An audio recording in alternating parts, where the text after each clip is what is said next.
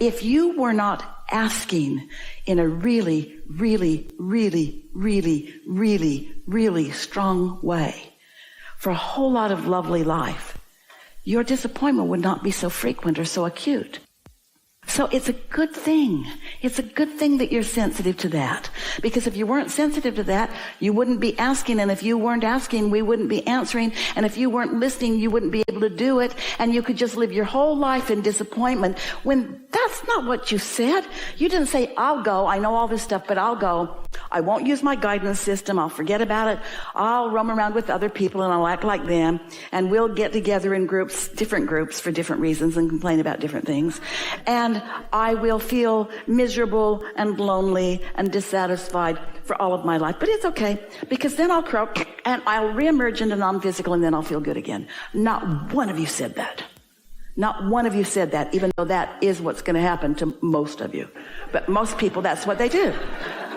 They just live lives of quiet desperation, and now it's not so quiet. But not one of you thought that was a good idea. You all said, I'm going. And I'm going to be aware, and I'm going to look around, and I'm going to choose for myself, and I'm going to love for myself, and I'm going to love for others, and I'm going to choose lovely things in every moment, and I know that they will change as I move through time and space, and I'm going to ask, and I'm going to figure out how to let in what I ask for, and I'm going to demonstrate. I'm going to be one who the law of attraction demonstrates my ability to focus from the perspective of who I really am. I'm not going to let step one dictate my whole life. Step one's going to start it over and over and over again.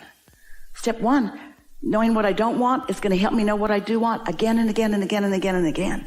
And once I've clarified that with myself, I'm going to utilize my guidance system, and I'm going to find good feeling thoughts about everything and everyone. Now, don't try to do it all at once.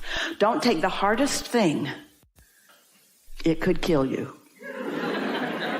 Start with easy things until you get the hang of this, until you understand that even very difficult things can lift off of you easily. And when they lift off of you emotionally, your point of attraction has changed, so they will lift off of you physically. You could have a dreaded, deadly, everybody says it, deadly disease. That's hard to think about.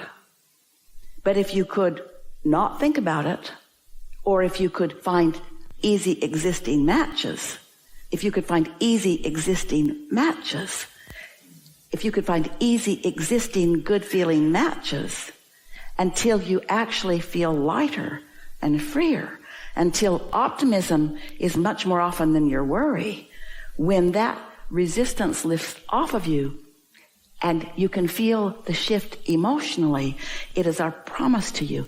It must lift off of you in every other way. Because if it's not part of your vibration, it's not part of your point of attraction. And if it's not part of your point of attraction, it cannot stay manifested. That's what Jesus knew.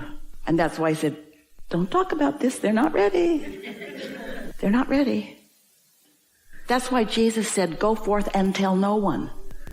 They stood before him dripping in illness. He didn't see their illness. Everybody else was looking at it. Oh, look at that guy. He's not long for this world. Jesus did not see their illness. He was looking at this bag of marbles, not this bag of marbles. And because one who's connected to this is more powerful than millions who aren't, his influence was powerful. And as he gathered up cooperative components, he gathered up that person in that moment to be a cooperative component to the wellness that he saw. And then he said, go forth and tell no one. For this reason, you try to convince somebody of something that they don't believe, there's a high likelihood they're going to convince you not to believe what you believe.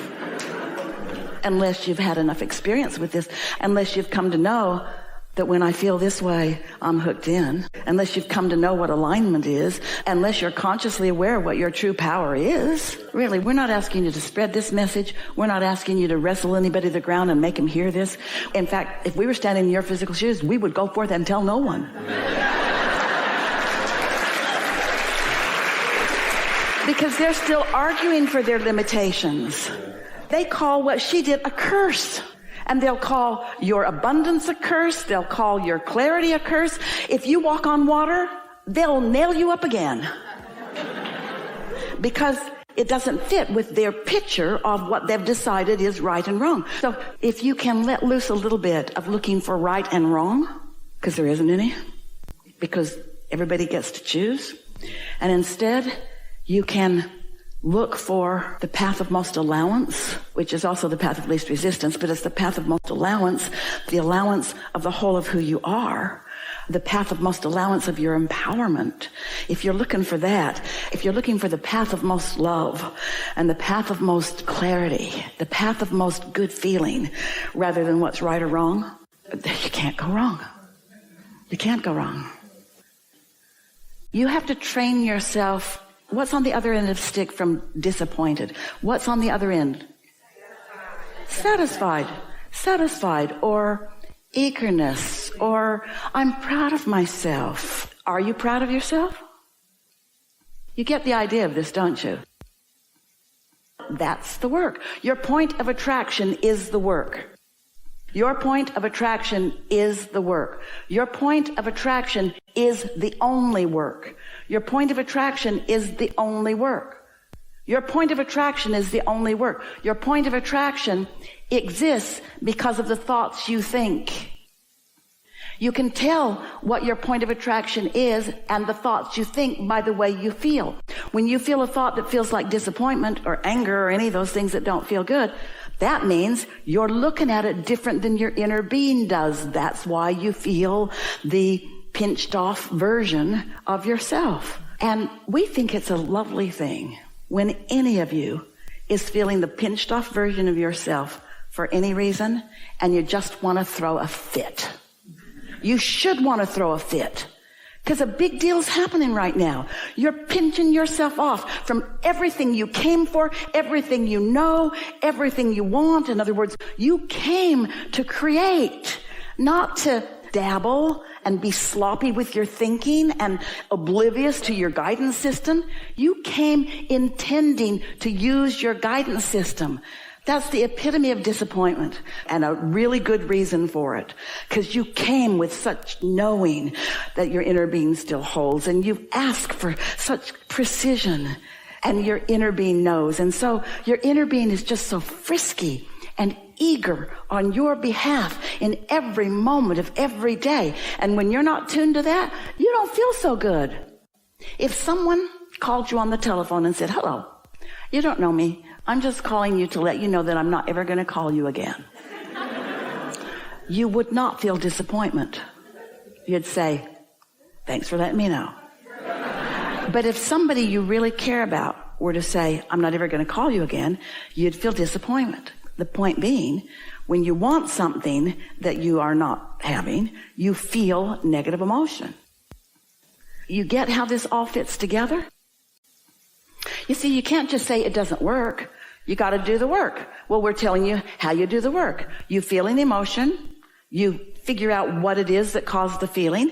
And then you're going to reach for other thoughts, other feelings around that. And then you say, "Oh, wait, I've got a game for this." So you put in the center of this what's bothering you. Other people get things that I want, and I don't get things that I want, which makes me think that other people are better than me, or other people are more blessed than me. This is a long, long list of things that you do. Or I'm not good enough, or I'm not smart enough, or I should have done something different, or my parents were wrong and they should have given me more. It's a long, long, long, long list of reasons that you feel disadvantaged. But now you're looking for good feeling, existing things. So which of those thoughts are you going to drop in your bag the most often? Other people get things that I want and I don't get them, or sometimes I get what I want. Easy, not things you have to reach for, easy existing matches. It's about utilizing your guidance system so that you can feel what your inner being knows and feels in this moment in time. It's about calibrating to that source energy within you, with what you've come to know, with what the perspective of source is for you. You could say, as a result of what you're feeling, what you've been living, and even what we've chewed on here today, you could say, it's my desire to run across more opportunity, to visit with people who are in the vicinity of what I know, because it's so satisfying. It's so satisfying to give them the relief of releasing resistance. Someone very dear to Esther's sister, made his transition a few days ago. And Esther was writing with Jerry about it. And Esther said, I'm not sad in the sad sense. We humans make that a more tender thing than it needs to be. Tender for the people that don't understand. And even maybe a little tender for me who does understand. Because it's a change. And Jerry wrote back to her, Esther, you have no idea yet, quite yet, the feeling of relief when you release all resistance. He said, you know that feeling of wanting somebody to get you to understand what you're saying? Here, he said, everybody gets you. And everybody loves you. And you love everybody. Well, don't you just want to be like that? You can be. But it's a practiced mindset. And there's a whole lot of things going on that make you feel regret or resentment or unfairness or injustice or. You just got to work those out one at a time as they come. You just got to clarify your own habit of marble gathering. And it doesn't take long. But the hard part is explaining it to other people who either aren't asking or who are in a place of really, really wanting. Here's the way we explain it to you all in a way that you really get it. Step one, which is the asking, that's the need. Step one, the vibration of it, of the question and the vibration of the answer are very different frequencies. A problem and a solution are very different frequencies. So people that are in the middle of a confusion or a problem or a question, you just can't fault them for not getting it because they're in step one. Don't ask people that are in step one to be over there with you in step three. And this is our big ask of all of you. Don't feel like you have to join them in step one to help them find the answer. Because when you join them in step one, you don't have the answer. Esther found herself really, really longing for Jerry standing with her so that she wasn't alone doing this, even though Jerry's standing with her. She's not alone, but it isn't what is, it's what you perceive that is that equals what you're offering vibrationally.